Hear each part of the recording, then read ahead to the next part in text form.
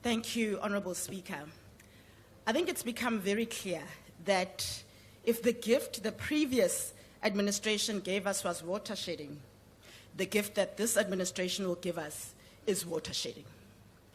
If the previous administration gave us load shedding, the gift that this administration will give us is water shedding. I think that's become very clear.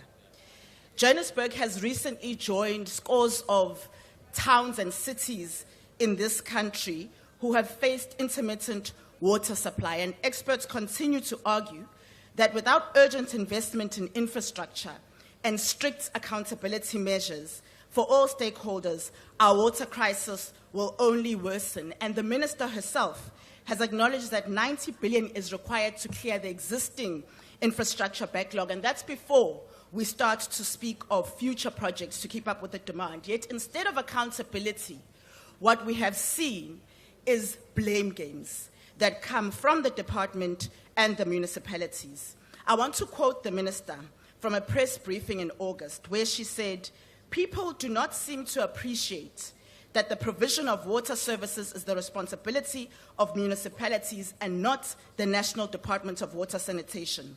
It would be a priority for us to correct this misunderstanding and to encourage communities and leaders to hold their municipalities accountable." But, Honorable Speaker, let us remember that the accountability does not stop at municipalities.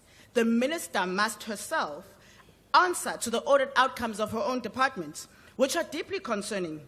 Water supply projects, only 13% have been completed. Bucket sanitation and system eradication, less than 6% have been completed. Dam rehabilitations, only 1 of the 9 planned dam rehabilitations have taken place. So, Minister, you need to account for that. We can't just only hold municipalities accountable when we actually have infrastructure that also compromises them, apart from their own shortcomings. Secondly, the Water Services Act grants you the power as the Department of Water and Sanitation to hand over distribution authority. You said we want to change the law. We don't want to change the law. The law already gives you that authority, Minister, to say if the people of this country are not getting water, other entities can be able to distribute that water. We are not going to allow on our watch for a crisis that affects the economy, for a crisis that affects communities, for a crisis that affects clinics, hospitals, and schools in this country, not on our watch. So, Minister, it's time to take responsibility and stop deflecting. You have the power to be able to change the situation and turn this water crisis around. Thank you. Thank you.